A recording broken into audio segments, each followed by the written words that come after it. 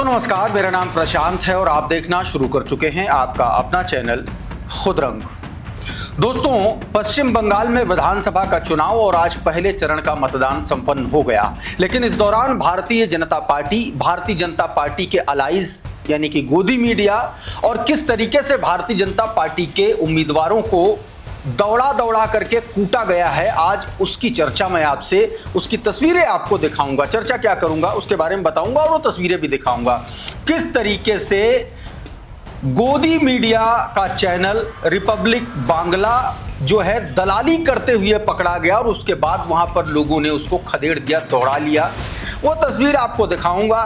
खबर भारतीय जनता पार्टी के एक और उम्मीदवार को जो बूथ पर जाकर के बूथ जैमिंग का काम बताया जा रहा है कि कर रहा था और उसको बाद में आम जनता ने वहां पर दौड़ा लिया और दौड़ा क्या लिया, उसको कूट दिया बुरी तरीके से, पहले घेर करके और बड़ी मुश्किल से जान बचा करके फिर वो भाग पाया। मैं बात शुभेंदु सरकार की कर रहा हूं, अभी मैं वो तस्वीरें भी आपको दिखाऊंगा और खबर एक कर्नाटका से भी दिखाऊंगा।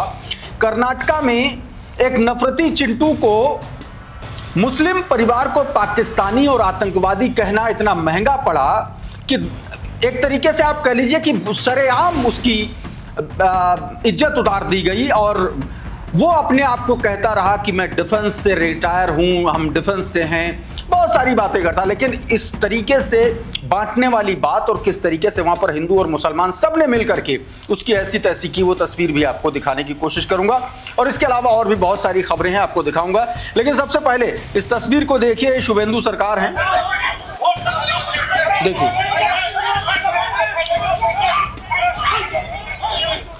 धक्का मुक्की, मारपीट जैसी घटनाएं हुई और फिर उसके बाद किसी तरीके से एक सुरक्षा कर्मी ने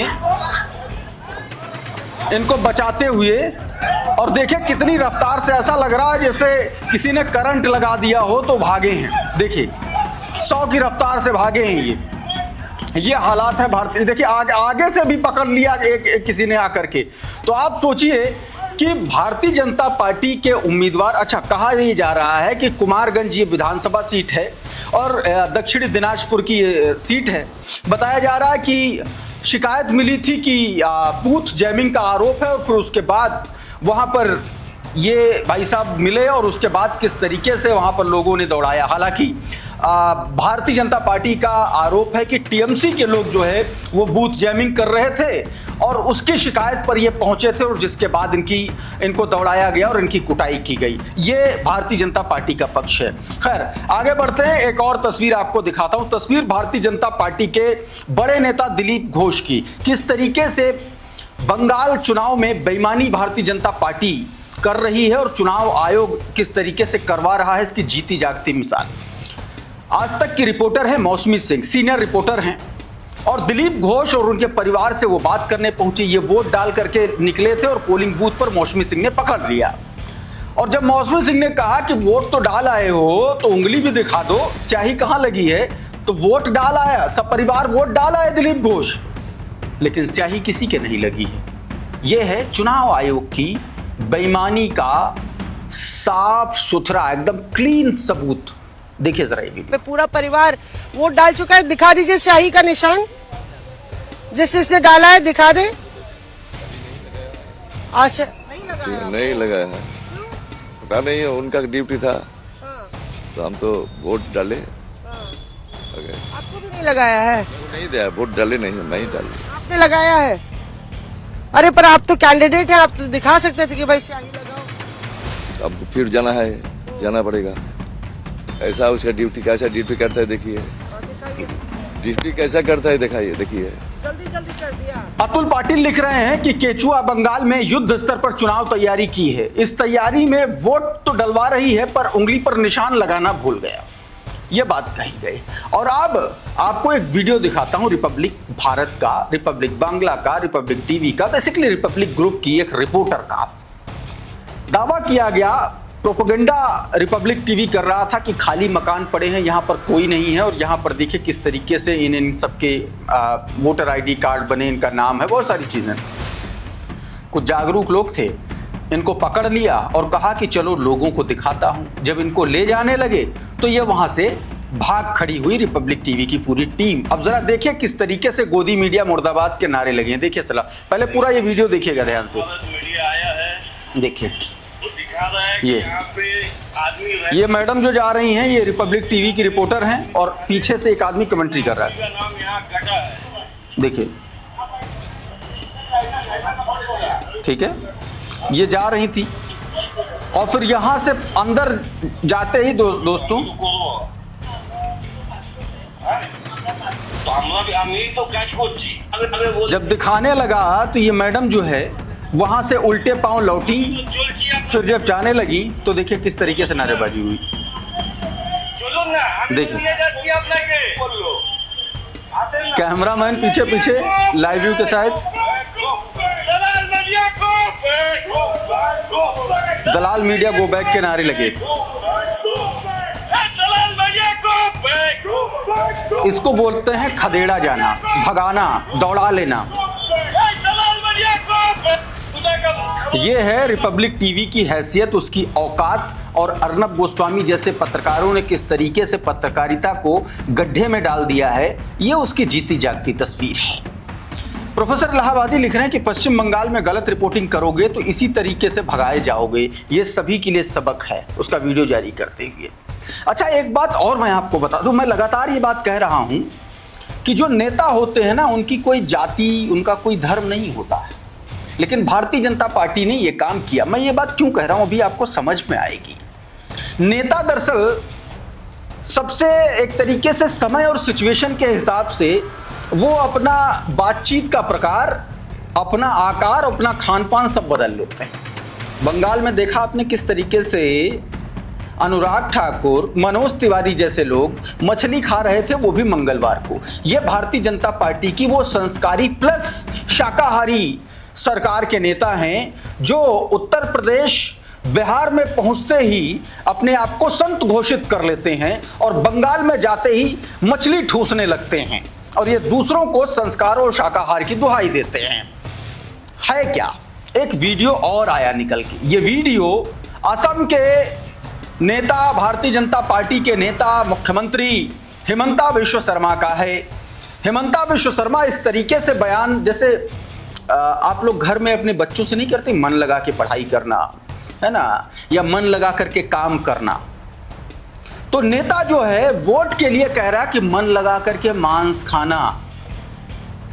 ये हिमंता विश्व शर्मा की बात है, देखिए जरा। मांस और मांस बंद हो जाएगा। अरे भैया, असम में बीजेपी का सरकार ही है, असम का सब लोग मांस और मांस दिल लगा के खाते हैं, दिल लगा के खाते हैं। मैं दीदी को बोलता हूँ, दीदी आप एक दिन मेरा घर में आ जाइए, नहीं तो मैं आपका घर में जाऊंगा, टेबल में बैठ के दोनों मांस खाने का कंपटीशन करूंगा। आप भी खाए जाओ, रोहू, इलिस आप भी खाते जाओ, मैं भी खाते जाऊंगा। लास्ट में मैं आपसे 1 केजी ज्यादा ही मांस खा जाऊंगा, 1 केजी ज्यादा ही मांस खा जाऊंगा। और इसीलिए कहा जाता है कि आप भारतीय जनता पार्टी के नेताओं का सच अगर देखना है तो चुनाव के वक्त से देखिएगा। अब एक खबर दिखाता हूं कर्नाटक से। कर्नाटका में बेंगलुरु में एक अपार्टमेंट में, एक फ्लैट में एक परिवार रहता है। एक व्यक्ति रहते हैं जो रिटायर हैं, डिफेंस विभाग से बताते हैं वीडियो में, और आरोप है कि उनकी पत्नी ने पास के ही मुस्लिम परिवार को आतंकवादी और पाकिस्तानी कहा। भड़के हिंदू और मुस्लिम तमाम सारे लोगों ने इन भाई साहब के घर पर ये लोग गए और पूछा कि तुम्हारे बाप का हिंदुस्तान नहीं है, तुमने किस हैसियत से ये बात कही, किस तरीके से इनको लत्ता बना दिया है, जरा देख लीजिए। अंदर पेट्रियोटिज्म ज्यादा रहना, तुम्हारी बहन कैसा बोल सकती है किसी को, तुम मुसलमान हो क्या, तुम टेररिस्ट हो क्या, कैसे बोल सकते यार? वो झगड़े में हो गया। हर एक इधर सेक्युलर माइंडेड है, सब लोग इधर आपस में अच्छे हैं। तुम्हारी एक गंद चीजों से, तुम्हारी गंद सोच से यहाँ पर गंद मत मचाओ। हाँ, सब लोग इधर हिंदू, मुसलमान, सिख, ईसाई सब एक हैं। तुम लोग तुम्हारे जैसे लोगों की तरफ से इधर आके धर्म, जात पात लेके आके इधर मत बांटो लोगों को। देखा तो इस तरीके से द न्यूज़ बास्केट ने ये वीडियो जारी किया है और उसने लिखा है कि कर्नाटक में नफरत से भरे एक्स आर्मी ऑफिसर और एक मुस्लिम फैमिली को पाकिस्तानी जिहादी और आतंकवादी कह दिया। बस फिर क्या था, वहां के लोकल्स ने कायदे से आर्मी अफसर को सबक सिखाया और कहा कि कर्नाटक में नफरत मत फैलाओ, यहां सब मोहब्बत करने वाले रहते हैं। ये बात कही गई। दूसरी तरफ एक वीडियो मैंने आपको कल के वीडियो में कुछ तस्वीरें दिखाई थी, हालांकि वो वीडियो यूट्यूब की तरफ से उसको प्रतिबंधित कर दिया गया है, लेकिन उससे जुड़ा एक अपडेट आपको दे देता हूं। आपको पता है कि वो महिला कल जो भारतीय जनता पार्टी के उस मंत्री के ऊपर चिल्ला रही थी क्योंकि ये लोग जाम लगा रखे थे और उसको उसके बेटे को लेने स्कूल जाना था और ये बड़ी बेशर्मी के साथ महिलाओं के सम्मान की बात कर रहे थे। और जब महिलाओं के सम्मान की बात आई, जब उसकी अपनी बात आई, तो किस तरीके से उसी महिला को नीचा दिखाने के लिए लग रहे हैं। ये भारतीय जनता पार्टी के मंत्री का ये बयान सुनिए, जरा सुनिए। ट्रैफिक भी जाम हुई, ये बात सही है, लेकिन इसका मतलब इतनी असंसदीय भाषा में आप बोलोगे, वहाँ की इतना किसी को भी कुछ भी बोलोगे, मुझे बोला तो ठीक है, लेकिन पुलिस के बारे में भी बहुत गलत टिप्पणी उन्होंने वहाँ पर की। रास्ते में बॉटल पड़ी थी, वो फेंक के मोर्चा में, वो उठा के मोर्चे में फेंक कर उन्होंने मारी, तो ये भी कोई सही बात नहीं। मतलब ये है कि माफी मांगने की बजाय मंत्री महोदय जो है उस महिला को ही गलत ठहराने लगे और ये महिलाओं के आरक्षण की बात करते हैं। इसीलिए कहा जाता है कि संघियों पर एक तरीके से आप उनकी बातों को वो क्या बोलते, कैसे बोलते और किस तरीके से एक्ट करते हैं, ये बहुत गंभीरता से देखना और सोचना चाहिए। एक और खबर दिखा दे रहा हूं कि किस तरीके से भारतीय जनता पार्टी पूरा प्रोपेगेंडा कर रही है। कॉलेज में आरएसएस वाले आए हैं रैली निकलवाने के लिए, रैली निकल रही है कांग्रेस के विरोध में। मतलब कॉलेजेस में आरएसएस और भाजपाई जा रहे हैं, बच्चों को पढ़ने पढ़ाने के बजाय कह रहे रैली में चलो, राहुल गांधी के खिलाफ जो है रैली करनी है। अब इसका वीडियो उसी यूनिवर्सिटी की, उसी कॉलेज की छात्राओं ने बना लिया है, देखिए जरा। गाइस, आज हमारे कॉलेज में आरएसएस वाले आए हैं और हमारे कॉलेज वाले मतलब दोनों मिलके रैली निकलवा रहे हैं। कॉलेज का नाम हम नहीं बताएंगे, तुम बस एक बार रैली देख लो, ठीक है। ये रैली क्यों निकल रही है मुस्कान? कांग्रेस का विरोध करने के लिए। एक और तस्वीर आपको दिखा देता हूं और ये खबर जस्टिस स्वर्णकांता जी से जुड़ी हुई है। जस्टिस स्वर्णकांता जी आपको पता है दिल्ली हाईकोर्ट की जज हैं और अरविंद केजरीवाल का मामला ये देख रही हैं और जस्टिस स्वर्णकांता पर कई गंभीर आरोप जो है वो लगाए गए हैं अरविंद केजरीवाल की तरफ से। और कहा गया था कि इनको जो है ये मतलब अरविंद केजरीवाल की तरफ से रिक्वेस्ट की गई थी कि इन जज साहिबा को जो है उनके केस से हटा दिया जाए या वो खुद हट जाए, लेकिन इन्होंने साफ तौर पर मना कर दिया। और केजरीवाल ने ये आरोप इनके बायसनेस के आधार पर लगाए थे। अब इनका एक वीडियो वायरल हो रहा है जिसमें आरएसएस का कार्यक्रम है, ऐसा दावा किया जा रहा है सोशल मीडिया पर। आरएसएस का एक कार्यक्रम है और उस कार्यक्रम में जज साहिबा जो है गई हैं और वहां पर ये बोलती हुई नजर आ रही हैं कि वो जितनी बार वहां जाती हैं उतनी बार उनका प्रमोशन एक तरीके से हो जाता है। सुनिए जरा ये वीडियो। जब आपने उसके अगले साल मुझे आमंत्रित किया तो मैं उससे एक स्टेप आगे फैमिली कोर्ट की डिस्ट्रिक्ट जज थी। उसके अगले साल जब आपने मुझे आमंत्रित किया तो मैं डिस्ट्रिक्ट एंड सेशन जज थी। और जब आज आपने मुझे आमंत्रित किया तो आपने मुझे, बाबा ने मुझे हाई कोर्ट का जज बनाया। देवेश विश्वकर्मा लिख रहे हैं कि दिल्ली हाईकोर्ट की जस्टिस स्वर्णकांता जी स्वयं स्वीकार कर रही हैं कि जब जब वो आरएसएस कार्यक्रमों, भाजपा के कार्यक्रमों जाती हैं उनका प्रमोशन हो जाता है। फिर भी मैडम जी निष्पक्ष हैं। फजीहत के बाद भी अरविंद केजरीवाल जी पर लगे फर्जी आरोपों की सुनवाई खुद करना चाहती हैं, कितना दबाव होगा, ये बात कही गई है। एक और खबर इसी को लेकर के, जरा ये ट्वीट देखिए सचिन गुप्ता का। लिख रहे हैं कि राहुल गांधी की दोहरी नागरिकता मामले में याचिकाकर्ता ने इलाहाबाद हाईकोर्ट की टिप्पणी की, हाईकोर्ट के जज इलाहाबाद हाईकोर्ट पर टिप्पणी की तो जज ने खुद को इस केस से अलग कर लिया ताकि किसी तरीके की उंगली बाद में ना उठे।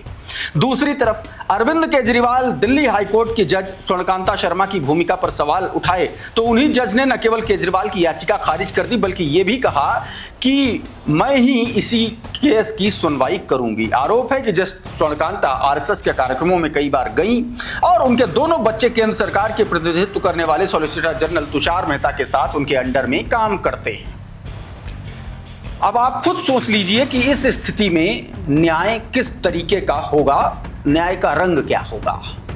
इस वीडियो में इतना ही। बहुत बहुत शुक्रिया, बहुत बहुत धन्यवाद। आप जुड़े रहिए आपके अपने चैनल खुद रंग के साथ। नमस्कार।